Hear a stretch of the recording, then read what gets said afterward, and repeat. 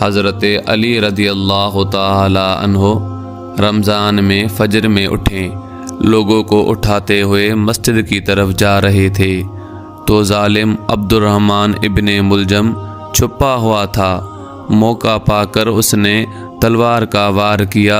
तलवार पेशानी पर पड़ी, दिमाग में उतर गई, खून बहने लगा तो आपने फरमाया, फुज़्ज़ित बिरब्बिल काबत, रब्बे काबा की कसम में कामयाब हो गया, रब्बे काबा की कसम में कामयाब हो गया। चारों तरफ से लोग दौड़ कर आए और अब्दुर्रहमान इब्ने मुलजम को गिरफ्तार कर लिया।